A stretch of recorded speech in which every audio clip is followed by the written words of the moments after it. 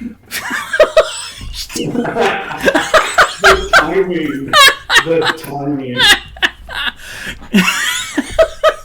Okay, so forget any form of decorum tonight. Welcome to Behind Open Doors, where chaos is going to continue to reign.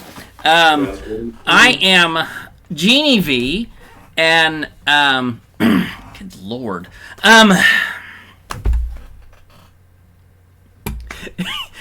y'all, they're the house rules. You can read them, ask questions if you want to, respect, love, and grace to everybody. Jeez, this is going to be so bad, y'all. You good, Judy? You good? I'm good. Thank you, Tier. I appreciate your concern and your care. I'm a very caring person. I know you are. And I also know that you do what you can to ensure that your friends have the utmost of care provided to them at all times. Are you not entertained, Judy? Entertained? Yeah. Uh-huh. No. Oh, shit. Twin, no. She's doing real well on her show tonight, y'all. She's having a good time. So, good evening. Welcome to Behind Open Doors. I am Genevieve Bergman, and I am a coaching consultant for healthy identity relationships, intimacy, and sexuality. And tonight I have as my guest a good dear friend, Tier Miranda, and we're going to be talking about consent. And in the past, we've dealt with consent as a part of sexuality. We've dealt with it as a part of the BDSM context. But tonight, we're going to talk about it in a broader picture and be able to deal with the subject as how it relates to how we interact on our daily lives. So, Tier is fabulous about helping people understand. Oh, don't go there. Good heavens. I am very fabulous. You are fabulous. You know it, I know it. It's fine. Yes, everybody knows it.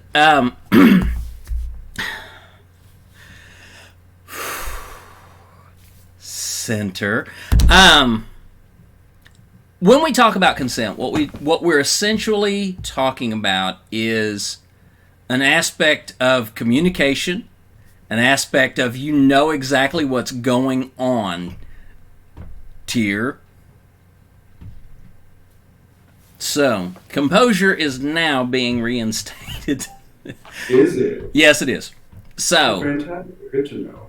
When we talk about the idea of consent, what we're talking about is an aspect of communication where people who are in some form of interaction, whether that is intimate, whether it's business, whether it is recreational, there is this ongoing back and forth to check in with each other. Is that a very good broad definition of consent? Sure. It's, obtaining permission to do X or Y that another person is either interested in or that you were interested in. So yes, I agree with it. Right. Okay. So as we've talked about this as part of the BDSM community, there is that aspect of making sure that you can do something that your partner is okay with, and that they can then verbalize or that they can then signal some form of affirmation of saying, yes, go ahead and do that, or no, I don't want to have anything to do with that. So, how do we look at that beyond just the aspects of, normal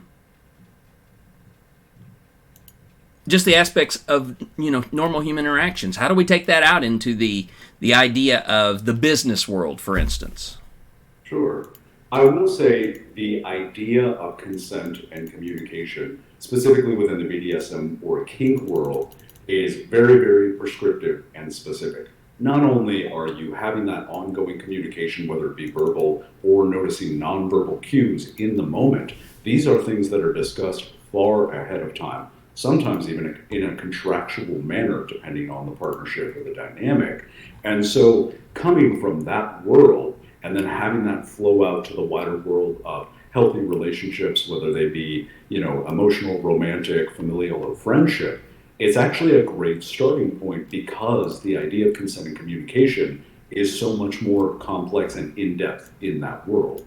Now, when you take the idea of generalized consent, and I know we're going to get into enthusiastic consent and healthy consent Right. later, but when you take that general idea of consent and you move it into the business world, it has a slightly different flavor. Obviously, if you're talking about an everyday corporate setting, you're talking about the back and forth communication of one employee to another, peer to peer, supervisor to employee, or department to department.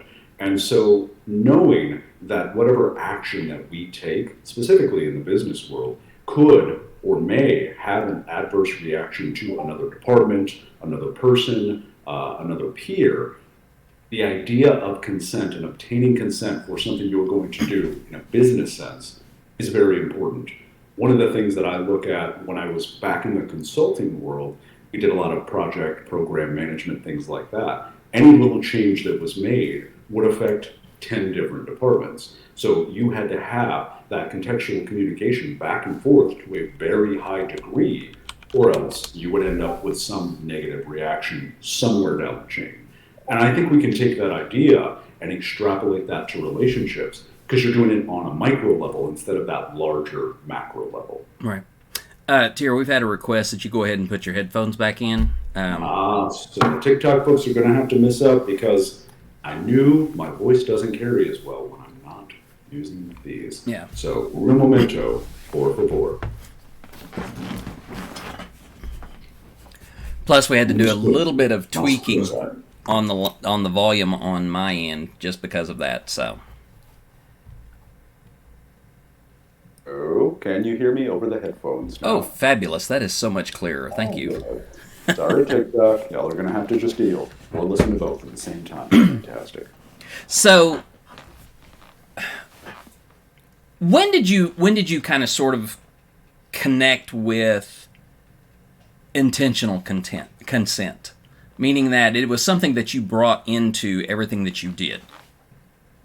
It was actually when I first entered the BDSM world, and I will credit a lot of the personal growth and development that I have undergone over the last 10, 11 years to not only my involvement within that lifestyle, but also personal work in terms of cognitive behavioral therapy, working one-on-one with a therapist. And that's where that idea really kick-started for me. Now, the idea of enthusiastic consent is more of a relatively new term to kind of the social lexicon that we use. But in terms of intentional consent, going through therapy and then becoming a member of that BDSM lifestyle is what first kind of led me down that path where you're having to be explicit and prescriptive in every possible scenario that can or could occur within your specific scene. You have to vet that out. That's why all of these conversations prior to a scene or an event or a session, they happen, over an hour and a half long conversations multiple times before you ever step foot within the scene. And so Okay. that's really kind of where that idea first took hold, for me anyways. Because prior to that, I was not great at interpersonal relationships. Always charming, sure, but not great at seeking consent, and definitely not fantastic at seeking healthy consent. Okay. And I mean, you hold a very, very clear place in, shall I say, relationships that we share, where you hold a very commanding presence. Me? No. Knock me over with a feather, Jeannie. But continue, please. Do you carry that over into your professional life? 100%. Because of what I do, obviously it's a lot more collaborative because you are in a work environment. But pretty much this personality that you see here, the way we interact as friends, the way we interact on TikTok, things like that, it is much the same. It's a different perspective because I have to deal with employees and you have HR concerns and things like that. I'm But sure. pretty much, yeah, pretty much the presence is much the same. But it's more of a guiding principle in terms of my professional life. Because to me, that's the difference between a boss and a leader. A boss is someone with a title that says, do something because I told you to do it. A leader is someone that is going to inspire someone and motivate them to get the job done, not for just you, not for the person that's asking, for themselves, for the organization as a whole, for the department, whatever. Yeah. And so a lot of that really carries over. And sometimes my partner will have to remind me, because I have this same presence, not only in my personal life, but my professional life, that once in a while it's okay to let go of those reins and let someone else take over for a bit. It's a challenge for me still. Yeah. And I think I found the same in my own, professional background, is that there were some settings where,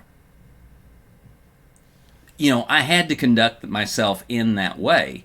And just because I changed settings, I didn't necessarily change persons.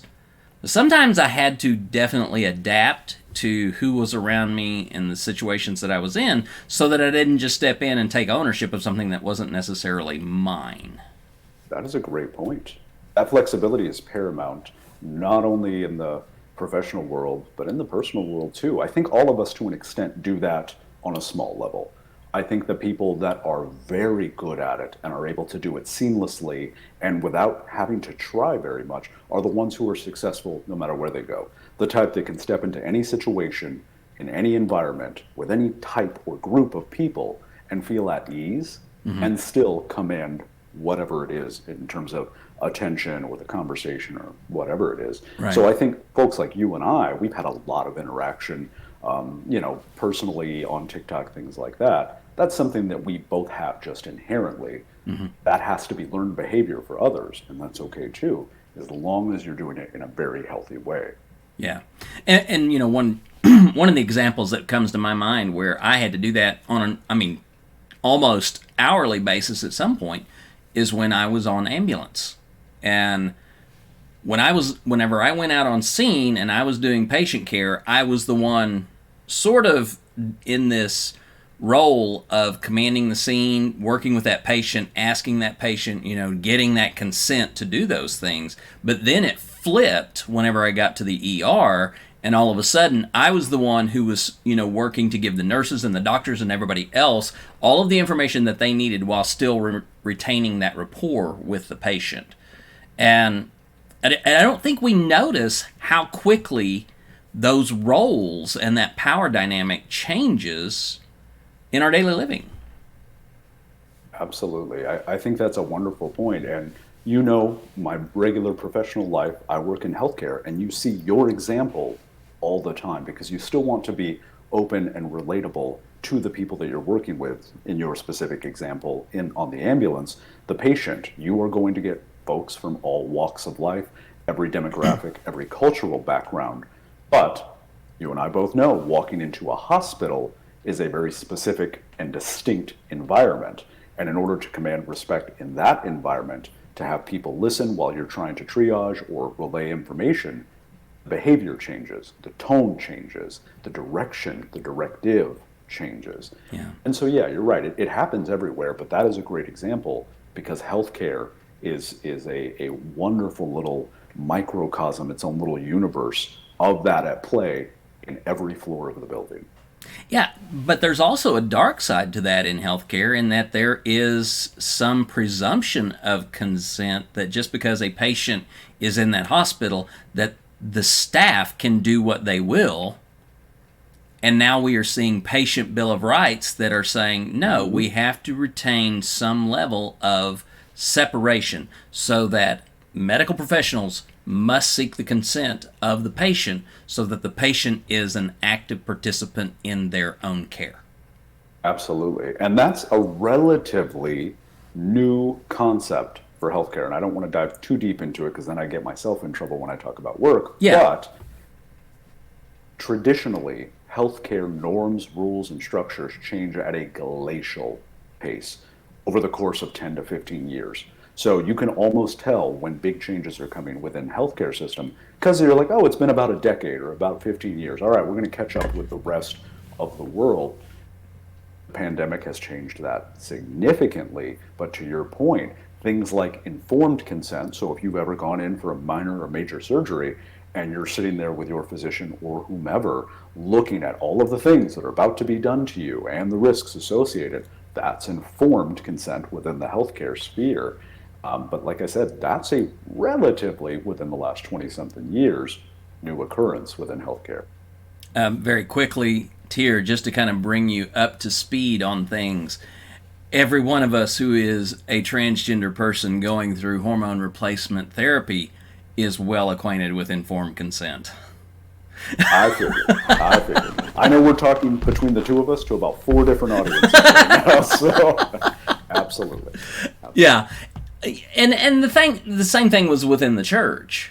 You know, in my background there, things did not change easily, and there was a presumption of those who held the power were the ones who got to make the decisions, and everybody else fell in line. But within that community, and I think this is fair within any form of voluntary community. If there is no formal structure of leadership, there is a sense that it has to be a mutual consent seeking and consent receiving sort of mentality. Yeah, I completely agree. And I think that leads us actually, and I know we kind of talked about this a little bit before we went live, down the path of how the idea of consent has changed, specifically over the last 20 years, and very rapidly over the last five. You know, you had that initial generalized idea of consent.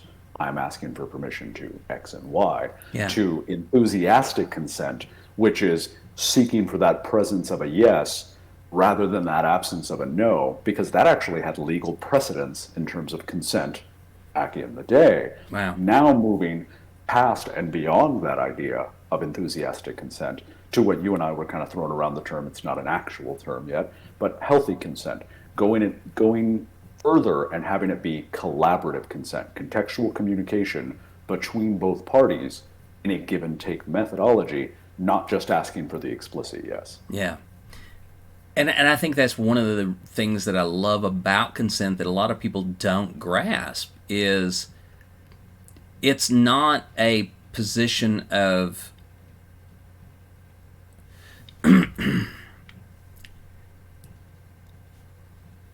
inequitable balance or distributive power or control in something. It really is a collaborative, very open way of dealing with things.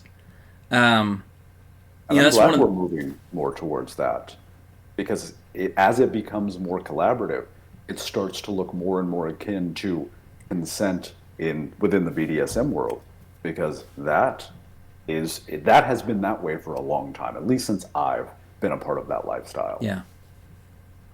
And I'm in favor. Yeah, and I am too, because for me, that idea of open communication and that open mutual contribution to a decision-making process, I mean, I hate the concept of majority rule. The idea that there are winners and losers, I hate that. To go into a situation and to have somebody, when a decision is being made and somebody says, all those in favor of, it's like my heart just wilts a little bit more every time I hear that. Because the idea of coming together and making a decision together with everybody's concerns brought into that, everybody's limits and everybody's abilities brought into that, it makes it a healthier, I think, more representative decision. I agree with that in concept. I Yeah. also agree with that in practice in terms of individual one-on-one consent Right. or small groups. The problem, and we see this a lot within the structure of our own society, and I'm not just talking about American society, but further, how do you scale that concept up? Right. How do you scale that to, populations of hundreds of millions where it can only be collaborative up to a point Right. because our systems are set up to be contentious. Oh, yeah. And it's hard, and I don't have a good answer for that. And it's you try to do it within your own communities as much as possible, your personal relationship, your work relationships, your city, your state. But when you start getting to that level, because our society has been built upon those structures for so long, it's hard to get out of that mentality that us versus them. There has to be a winner Right. within this situation. But in many cases, when we're talking about this at the personal level, that ability to be collaborative is very attainable. And I think that Oh yeah. Oh yeah. I think that's what helps keep this conversation the practical. Is that when we are talking about, we don't have to scale it up, because any one of us, we may be in a situation where we have to, seek consent from someone to, we have to seek consent whenever we go in to buy something. We can't just walk in, take something for ourselves. There is a sense of boundary there that we have to recognize. Now, it's a little more arbitrary in that sense, but just the idea of being able to interact with someone and say, okay, I would like this from you. Will you do this for me? I mean, that's at the heart of, consent seeking, consent granting.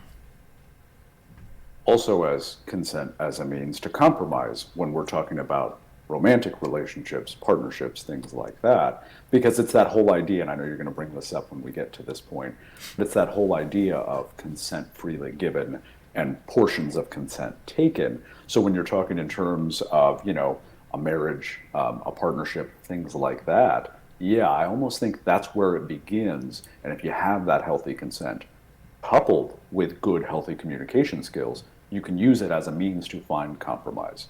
Because as two separate, unique individuals, you're never going to agree on any one thing at any given time. So trying to find that common ground between the two parties through consent and communication leads to compromise, and hopefully to healthy compromise. Not always, but hopefully. Well, that's the goal.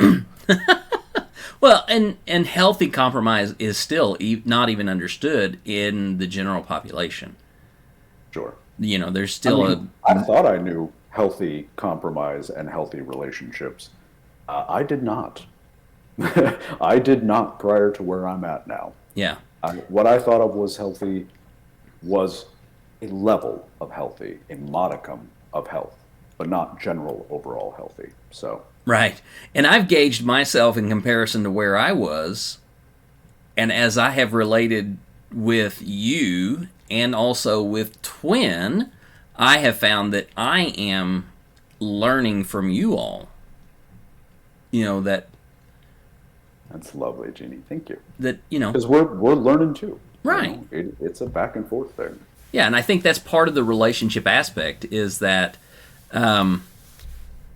we are in this place of mutual respect, mutual growth.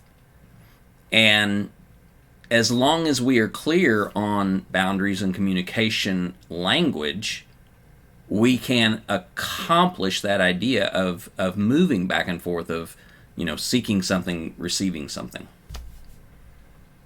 Absolutely agree. Because then it's not just trying to seek consent or compromise or just seeking that in a healthy manner. It's about also coupling that with positive, pure intentions, which, you're not going to always have. But that's why this is such a unique and complex topic, for me anyways, is because consent is just the base. It's just the starting point. It's got to be coupled with all of these other things. Intent has to be there. Mm-hmm. Communication has to be there. Mutual respect and admiration should be there, and oftentimes has to be there. Yeah. And without any of those things, all of it starts to crumble. So to me, they're almost all base building blocks from which to create a healthy relationship, whether it be familial, friendship, or romantic, or, because I love taking it back there, in a BDSM dynamic. Right. Because if you don't have all of those things in a dynamic, it's going to be unhealthy, and it could also be unsafe. And I guess the same could be said of romantic relationships too. So. And business relationships and familiar relationships. There you go. It expands out from there. Yeah, and I think part of the stigma of BDSM is that it is not consent-based. I mean, the idea of stigma sure. of it is that you are mistreating someone who is willingly allowed that mistreatment to happen. Sure. And that's not at all what good BDSM practice is about.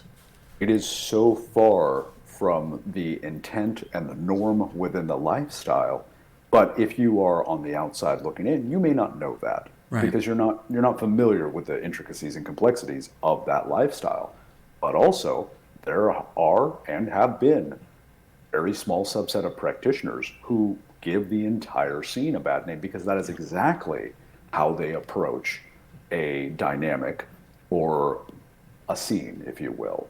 But you're right, good BDSM, kink, all of that, it's about mutual respect, consent, and that equal power exchange. It is not abuse. It is not enforcing or enforcing your will over someone else. It is a willing exchange of power, which is lovely and beautiful when done well. Yeah. I think I found that same. I mean, it's really weird to compare the church to the BDSM community, but as a pastor with a congregation, it is very easy to get out of balance. The idea of someone has authority over a group of people, but that authority they can be so wrapped up in that authority that they forget that the people are the ones who grant that authority, and they can take it back at any time. Absolutely. Positions of power can sometimes have that effect when people lose sight, lose focus, and lose perspective, and forget why they're there in the first place. Yeah. And I immediately I think of the Karen syndrome that we see right now in society. This idea the customer is always right. So they go into a store, they go into a place, and they say, I am right, I want what I want, not knowing that the person that they are now screaming at is the only one who can provide what they want. And therefore they are less inclined to give them what they want. Sure. The Karen culture is all over my FYP on TikTok for some reason. The algorithm must know that I love seeing them do the FAFO or testing that theory at their earliest convenience. TikTok knows me so well. I think what it's doing is that it is giving you an entire repertoire of brats to work with. We do love a good brat. I love you, Eugene. We do love a brat. We do indeed. All right. We were talking about some tools and some foundation stuff. And one of the reasons why I wanted to have this conversation is that in my work as a sexologist and coming to understand more of that, I encountered a particular book that helps me it gives me a basic tool to understand how consent can work, really breaking it down to the minutia of how it actually plays out. And the book is dealing with the art of giving and receiving. Is that all right? Let me double check the title. Yeah, The Art of Receiving and Giving, The Wheel of Consent by Betty Martin.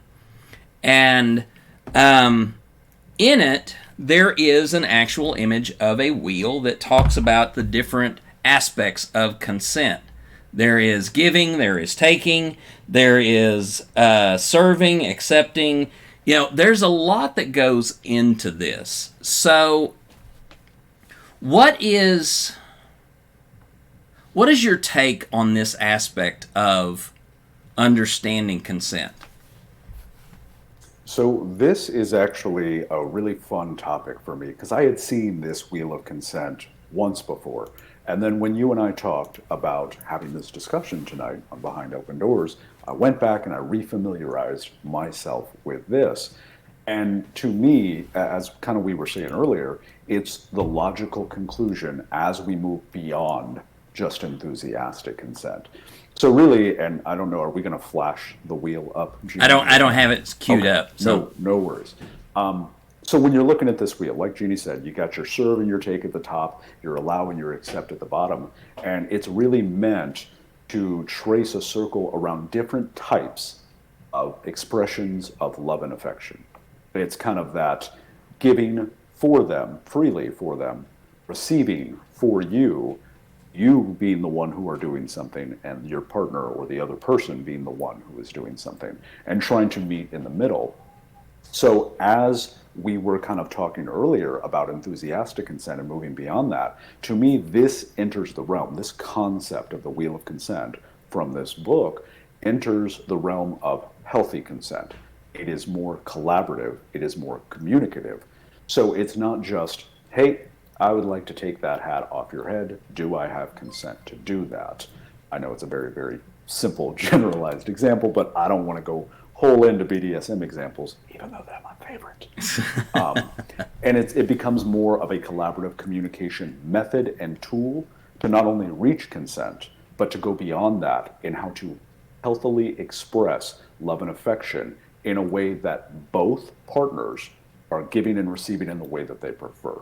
Yeah. So I think where it kind of comes and breaks down even further, like if you're looking at the bottom right quadrant in this wheel of consent, and if you're on Twitch right now, hopefully you're Googling off in the sidebar so you can see what we're talking about if you are a visual learner, because I like visual learning too. But if you're looking at accept, if we're breaking that down further, the concept of accepting something from another changes from person to person. The way we accept love and affection is different. It goes back to that whole what's your love language thing. The way we each feel about how we're receiving love has just as much to do with us and how we can accept that as it does with our partner and how they show that and give that. Yeah. So to me, in terms of consent, it's another jump off point for us. We've got consent, we've got enthusiastic consent, we've got this wheel of collaborative and healthy consent, and then the way in which we show and express emotions. And I feel like if you're in a partnership or with another person and you're willing to start at that base concept and drill down to these specifics, you have a much better idea of how to be a healthy partner, not only for your person, but for yourself. Yeah. Because so many of us have gone through that where our person is showing us love and affection, but we're not feeling it in the way that they are showing it. Right. The same goes for consent. Now, that's completely separate from the BDSM world, but I feel like it's the logical drill down. It is getting down to the minutia of the relationship, utilizing this wheel. All right, so Twin, I think, is trying to get a link in the chat. Thank you, Twin. And I'm You trying. do that while I send Jeannie a spicy picture. Because you're not the only one receiving spicy pictures to try to mess you up on this live. I know, I saw you also make a face, so I understand completely. Yeah. Yes, you all need to know that there are consensual shenanigans happening behind the scenes just to see how much composure we can retain. Sometimes it works, sometimes it doesn't. Exactly. Sometimes right. you feel like a nut, sometimes you don't. Right. All right, so All it choice is has Betty Martin.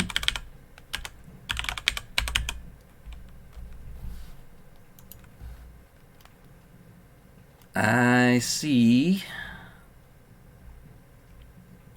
Hang on, folks. I'm going to give it to you, so...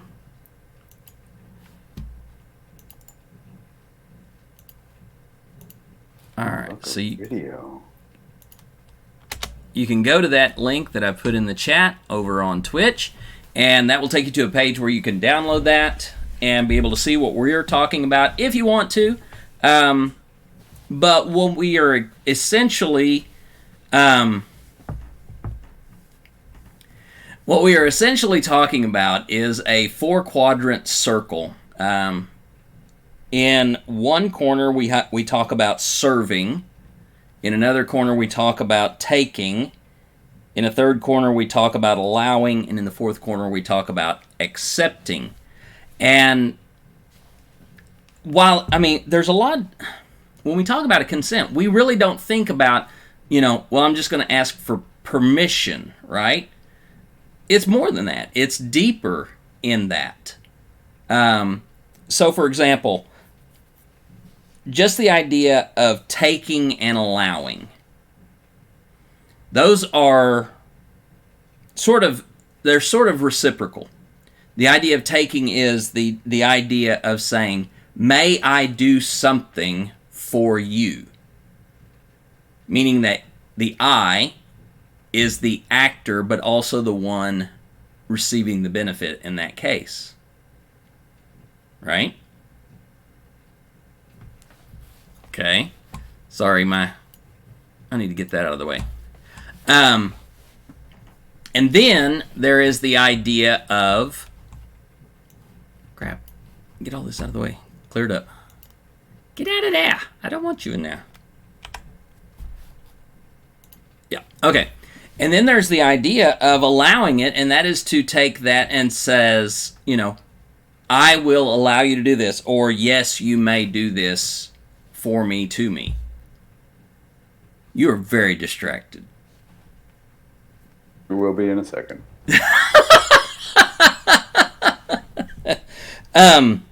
The other corners... games we play. I know. The other corners are a matter of, will you do this?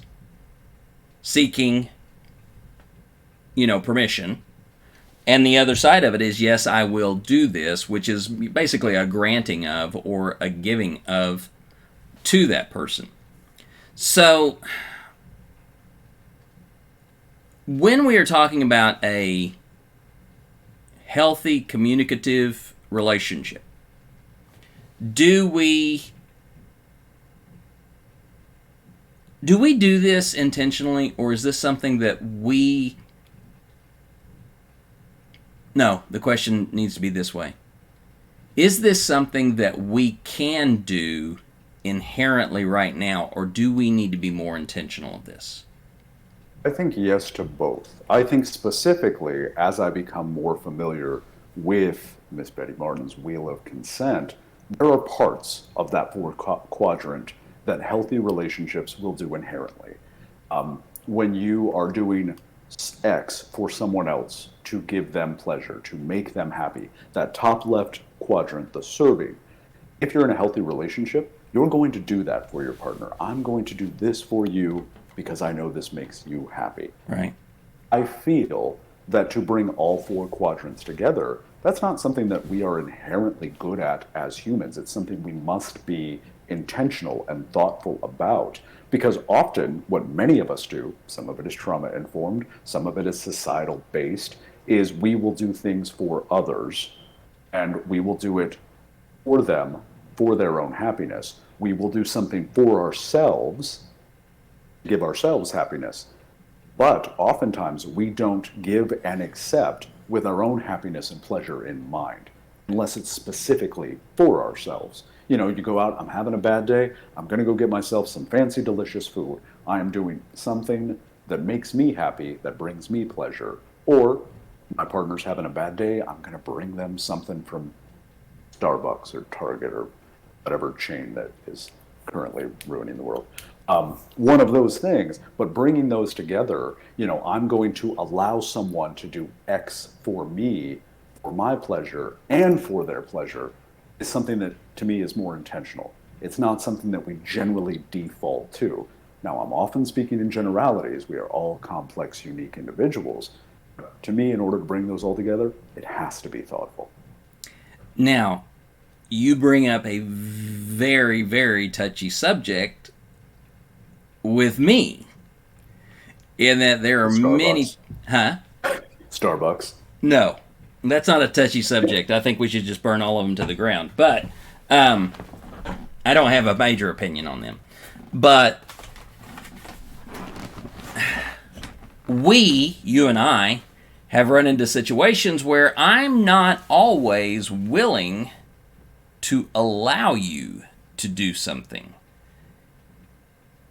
Are you talking about me being a moderator in your lives? Is that what you're referencing, Jeannie? No, I'm thinking more along the lines of you wanting to do something nice for me.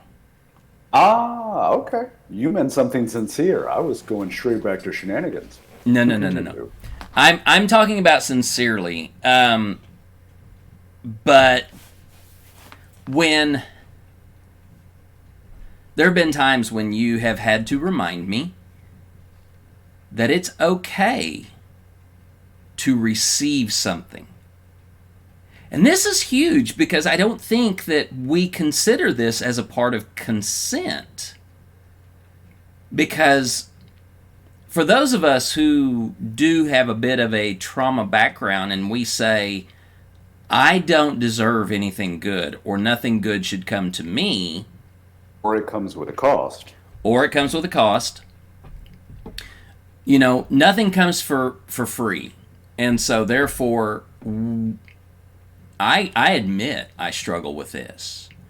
And I've had 3 incidents over the last few days where that has come up.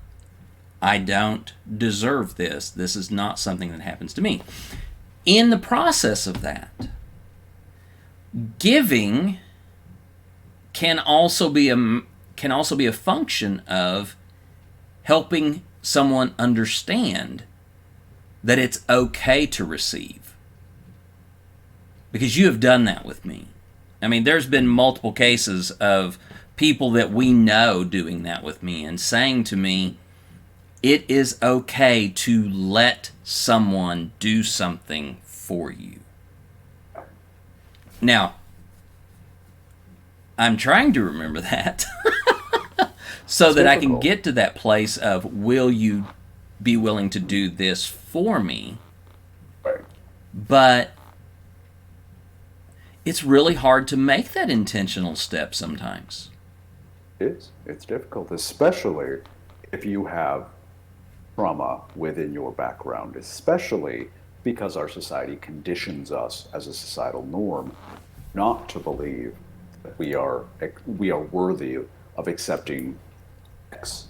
And so combine those two, and it does become difficult. And I think one of the things you're touching on that I love that we're touching on is consent does not exist in a vacuum. Yeah. There are so many different aspects of not only all of our own personal lives and experiences, but the way society views interpersonal relationships. You and I are great examples of that. You much more so because you've had to deal with many more things than I have. Mm-hmm. But because it doesn't exist in a vacuum, and because we're having to deal with all of these different factors, consent is always going to look unique to everyone, and it's going to be harder or easier to accept for everyone. And then you have boundaries that come into play.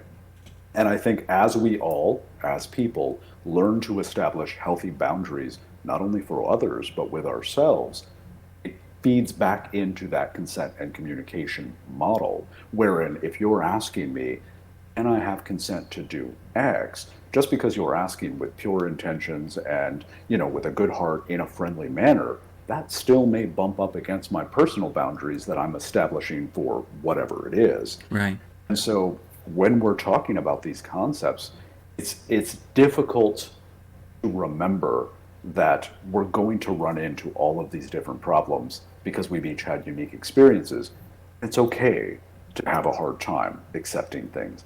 It's okay to have a hard time believing that you are worthy of some of these things and that there's no other motives behind someone doing a kindness for you. And when you've had those experiences, there's always something lurking behind everyone's smile or everyone's kind gesture or everyone's word. You're waiting for the other shoe to drop. When you meet the right people, and when you establish those healthy relationships, you start to relax that a bit because there is no hidden agenda. There is no other cost. And they just want to do X to bring you joy. Yeah. That's it. And sometimes joy is, for someone who didn't have a sense of joy growing up or wasn't given a broad sense of what joy even felt like. Sometimes it's overstimulating. It's overwhelming to have somebody do something for you. So you end up almost resenting them because it almost feels like it's too much. That makes sense. And, one of the things that I always have to remind myself, and you do a good job of reminding me in a very kind way, and Twin does the same, I come from a place of privilege. The types of trauma and events that I experienced are very different than everybody else's, but I've always, even being a person of color, come from a place of privilege. And so my experiences have been vastly different than the majority of Americans. And I have to remember that sometimes when I get going, you know how I get on a certain headspace and I go down a path, and I forget that there are different experiences than mine. So even though I'm coming to you and saying, Jeannie, I would like to do this for you, and I know it's something that you'll enjoy and something that you'll love, and it makes me happy to do it as well, a freely given gift, remembering that sometimes those things can still hurt. Even though the intentions are good, the act is good, the relationship is good. I have to be reminded of that often. And I know that you are coming from a space of good, no, not good, kind and generous compassion for people. I've had a glimpse of your heart, and I know that you do not want to push something upon someone that would be an unwanted advance. Again, that is very much a sensitivity to the context, and saying, look, I'm not going to force this. I would love to be able to do this, but you can't have this because this is something you can't do. How does that make you feel when you can't do that? So for me, because I don't experience that as often as others, I actually don't know.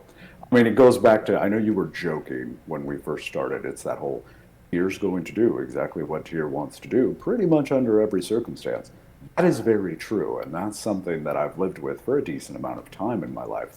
And because I've come from places of privilege, and even as Twin is reminding me, us via text, I come from that model minority place of privilege, even as a person of color. I haven't experienced that the same way others do. Hearing it, obviously now, the type of person that I am now and the things that are important to me now, I empathize, and it makes me take a step back. And for somebody that never shuts the hell up, it makes me be silent for right now. Look, we joke around about this all the time. Here's what I do. Here's what I should be doing. I never shut the fuck up. So for me, it helps keep me calm and gives me pause and helps me reflect, because I have to remember that those things can still hurt and adversely affect people that I care about and love, even if I've not had the same experience. And I haven't, Jeannie. I haven't. I know. And I mean, for all of that, it's still kind of charming to watch you learn. I do my best. I would love to be a good, I know we're moving past the word ally and moving towards accomplice. I would like to be a good accomplice to the people, the causes, and the swaths of people that I am learning more about and that I feel deeply passionate for and about. And for me, because I do everything so enthusiastically, the learning is always fun too, because I'm always going to go overboard and do more. And the highs are going to be higher and the pitfalls are going to be lower. So I'm glad I'm here to entertain you, Jeannie. Oh, it's not a matter of entertainment, Tyr, as much as it is a matter of watching the momentous event of humbling you. It happens so rarely that I'm like, whoops, oh shit. Yeah. Because I'm not a person that accepts humbling very easily or very well, but from people that I care about, respect, I know I'm trying to do better, and who know that I also have good intentions, trying to learn and be a better accomplice, is humbling. So yes, I'm glad that that's something you get to experience. Yeah, and I mean, again, it's that mutual respect that I think we possess, and that, there are times when, I acknowledge full well how many times I fail in, being in the, in that place of control. It's like, okay, I was out this place. Sometimes Breaking though, me on this side. huh? Breaking me on this side. I'm trying, Jeannie. I'm trying. I know.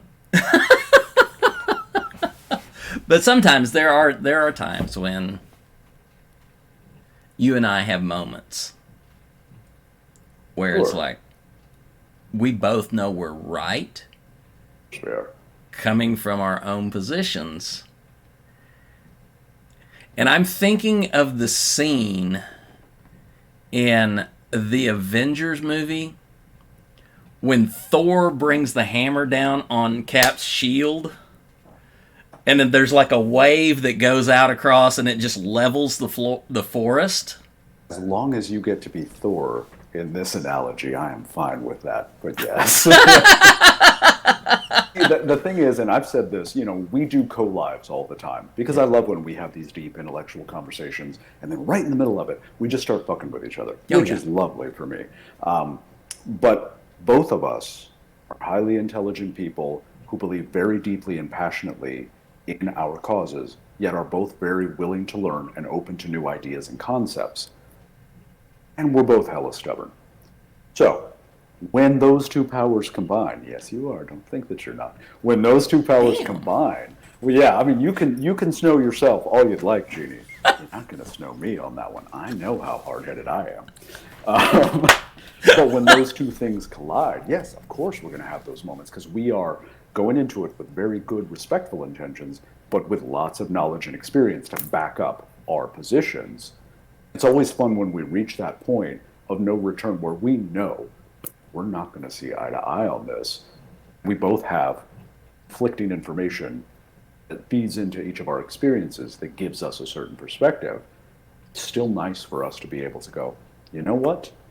I see your point. I can see your perspective. I can see that it is correct from your perspective, from your point of view and experiences. Just because mine isn't the same, just because I'm right for me doesn't make you wrong. Yeah. I think that's where you and I kind of come to that point of understanding. We can both be right. Yeah, and I think that's one of the great unsung things about the power dynamic that happens in relationships, and that's what's so skewed right now, is that people believe that rightness can only be one-sided. Right. It's that whole us versus them mentality. I'm going to go on for about 10 more seconds. I would advise you to check Discord, but you probably shouldn't be talking while you're doing that.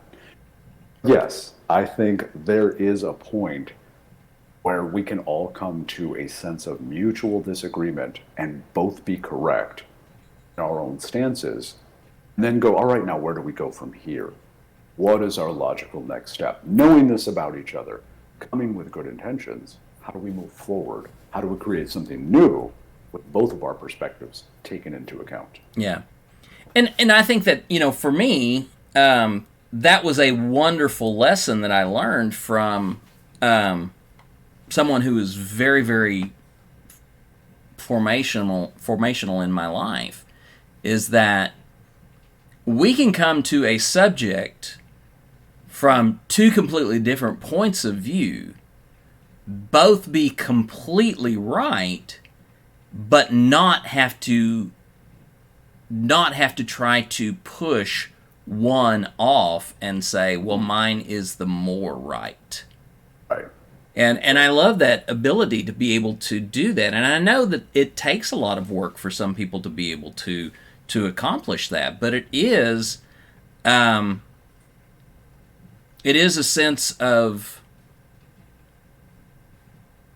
emotional maturity and emotional intelligence to be able to say to somebody, look, I don't agree with you, but you don't have to be wrong.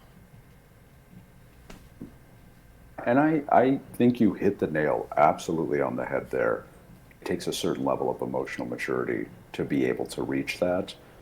I also think, and this is something I learned last night, well, I didn't learn, but I was reminded of it.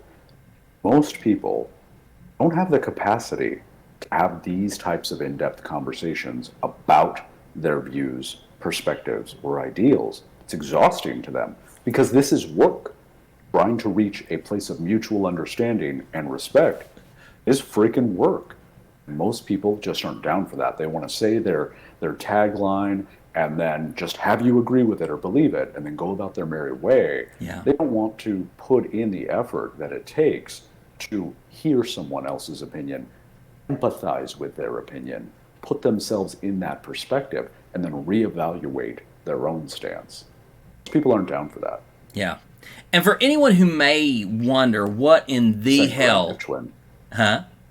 Consent granted, twin. Yes. For anyone who may be wondering what in the hell does any of this have to do with consent, this is the basis of communication. This is the basis of coming at something from two different perspectives. If we are coming at a piece of property from two different perspectives, then we are not going to be able to agree upon the boundary line, and we're not going to be able to agree upon the value. We're not going to be able to agree upon the use of that because we have different perspectives on that. In my opinion, consent requires, and you were talking about informed consent, moving on to enthusiastic consent, moving on to whatever else may be coming. If we don't have that very basis of informed consent, meaning that we know at least where each other is coming from, we cannot have informed consent. I mean, in the sense of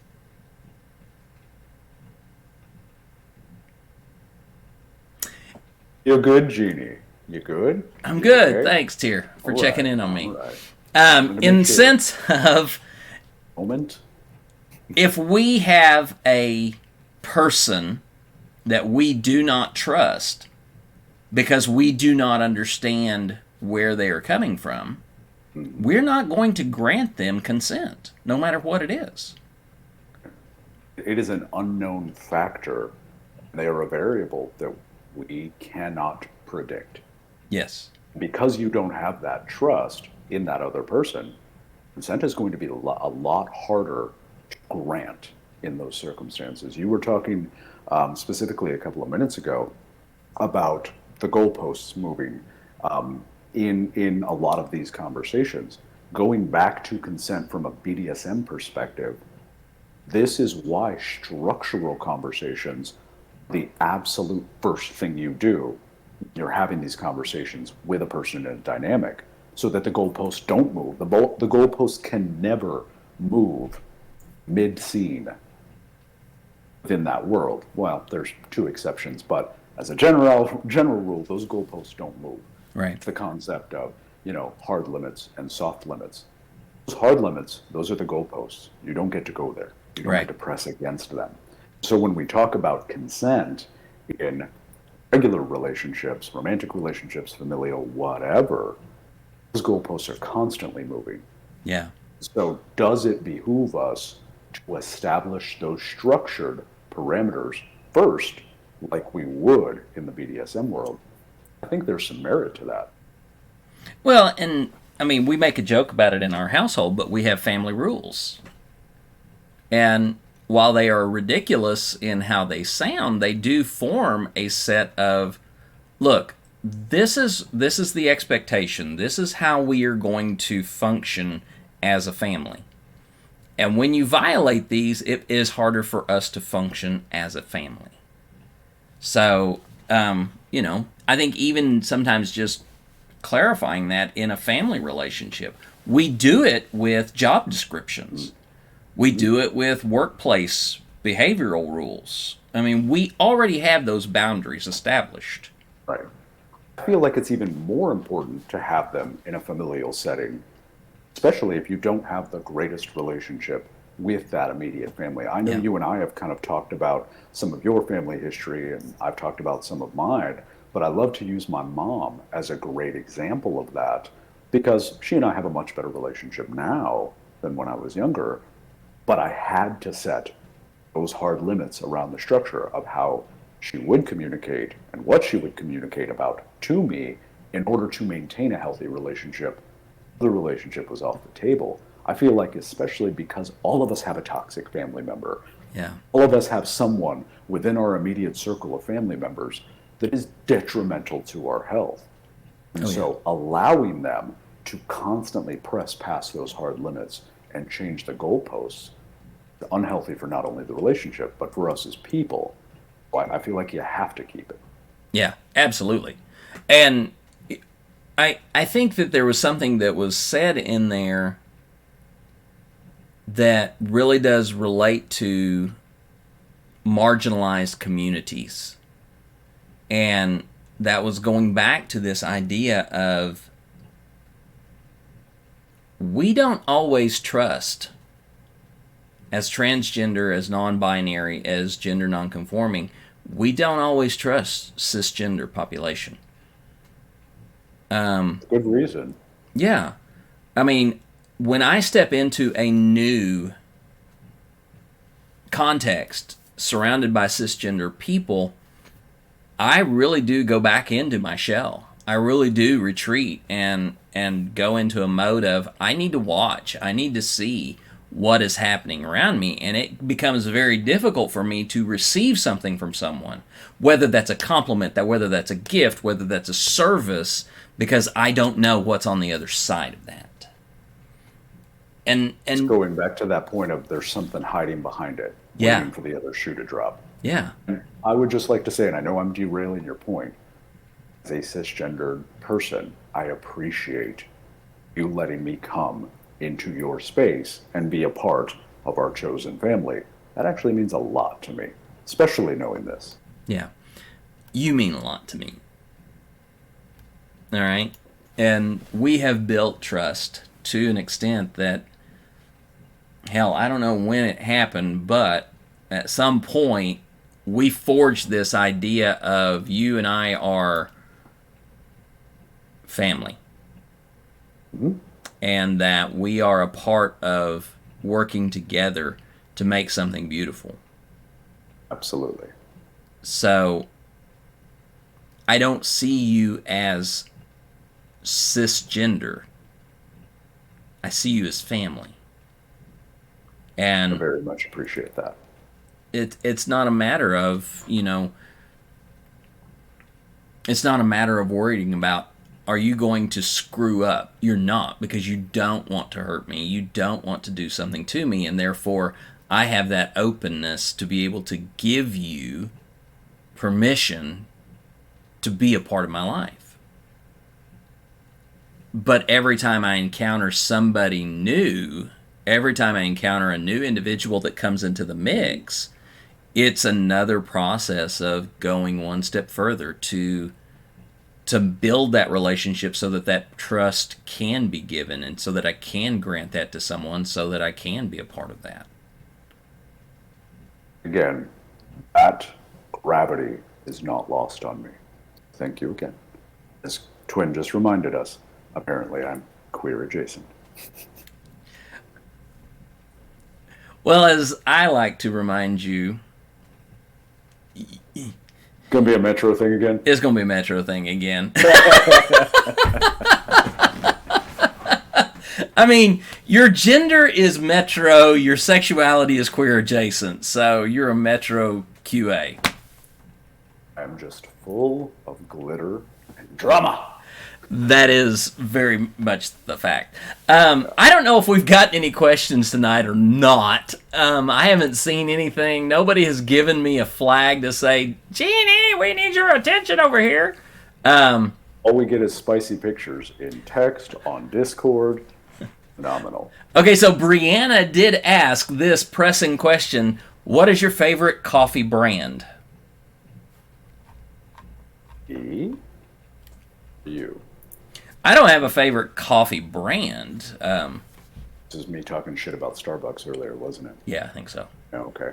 Intelligentsia Coffee, out of Chicago, roasts the best espresso beans I have ever had. Now they're starting to mass market, so you can find them at Whole Foods and things like that. But before, you had to special order straight from there. So Intelligentsia Coffee in Chicago. You can find that listed under the bougie section of your grocery stores. So fancy, so bougie. That should be my tagline, like full of glitter, drama, shenanigans, queso, and bougie as fuck. Oh, twin.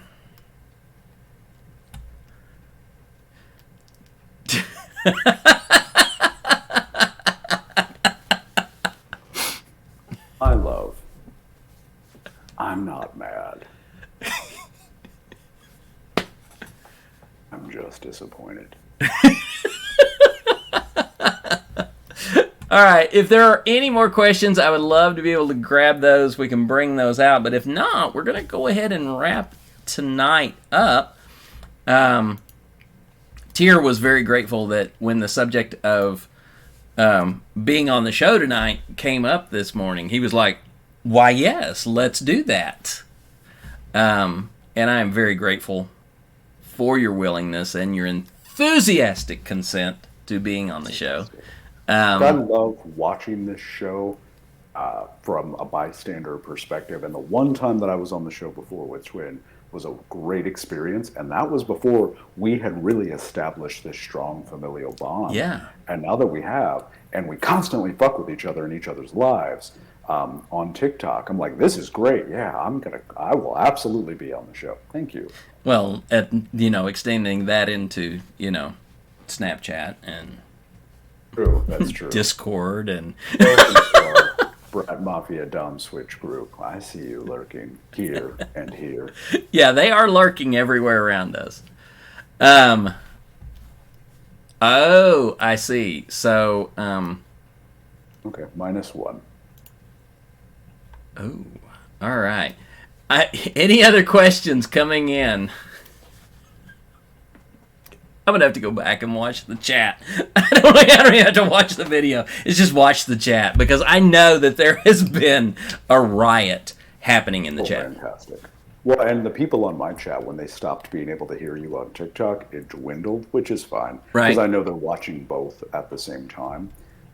Just a question. The edited video from our live where we had the best conversation, the most heartfelt conversation I have ever had on a TikTok live. Did we send that out? I would love to rewatch that. Here's what I'm going to try to do. I am actually going to try to upload that to Twitch. Fantastic. And so Cast iron consent.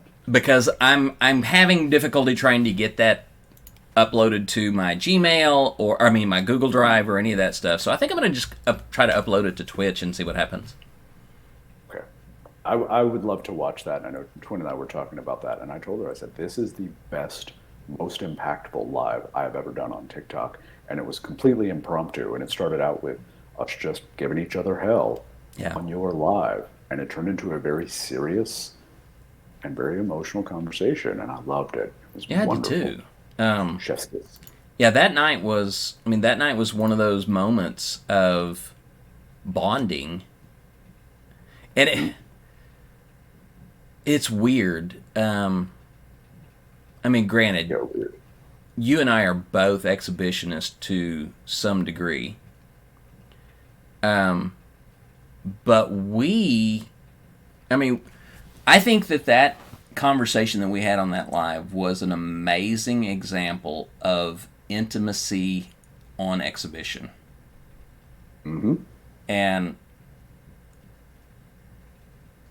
Twin, I think just being able to show people that two individuals can be platonically intimate, and it can be moving and at the same time on display.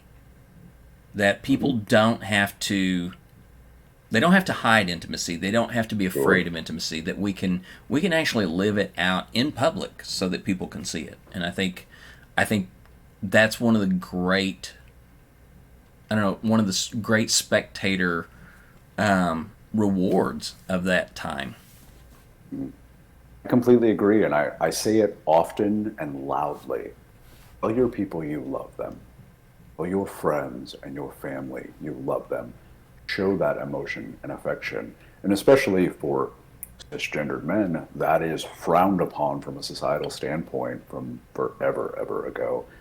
But the types of male friends that I have are the types that have no problem telling each other that they love them and how much they appreciate them as a person, as a friend, as a human. And so even beyond that, go out and tell your friends you love them. If you can do it in an exhibitionist fashion, even better. Yeah, there is just one small caveat to that, though. Because if somebody is going to be a male friend of yours and be able to express that love for you, they have to be able to accept the consequence of that, which is generally to be called big by bottom energetic. That's just Shane. That's actually none of my other male friends. That's just specific to Shane. Just Shane. He's a unique individual. I hope he's here or here. But that's just Shane. I don't think I've ever called any of my other male friends that before. I just have genuine love and affection for them. In the special case, as my SA wifey. Shane is amazing. And a great example of how people from different perspectives can see beyond that to the love that people can have for one another. Absolutely. Because he and I disagree on many very large topics, but we know we're both coming into that conversation with good intentions. And like you said, love and affection. Yeah. Same. I mean, Shane and I have already found those areas of disagreement, but we've also found those areas of love. So, all right, y'all. He's on TikTok. He can only hear what I'm saying. So, wonderful. You're going to miss out, Shane. How horrible. All right, folks. I'm going to go ahead and sign off for tonight. Tier, thank you so much. I am always delighted, and I am looking forward to 1 week from tonight. Folks, I will not be on air next Monday night because I will be most likely in the living room of Tier and Twin, or we will be out at a restaurant, or we will be out shenanigating something. Shenanigating is my new favorite word that is not a word. There we go. But next week I will not have an episode of Behind Open Doors, but Tira, I just want to say thank you for your love, your respect, your education, and your mentoring. Twin, I want to say thank you for your sincere effort to fuck around, and I hope that Tyr helps you find out. You know she had you there for a bit. I was watching you. She had you there for a bit. I had to adjust. But there was one that came in and it was like, oh damn. Oh damn. I'm gonna have to recalibrate for that one. She did that to me without sending me a picture. She sent me one word and an emoji, and that's the one that got me. Oh my. One word. All right, folks. Well, I will talk to you all throughout the week through different medias, different chats, things like that. But thank you all for coming and being a part of Behind Open Doors. Tomorrow night we have the Transgender Show, and Wednesday night we will have Builder's Block. So please tune in and join us for all of the fun. Also, we have our brand new show on tomorrow night at 7 o'clock. So please join us for a great big blast of positivity. And as always, go out there, be good to you, be good to others, and let's see what we can do to change the world. Good night, everyone.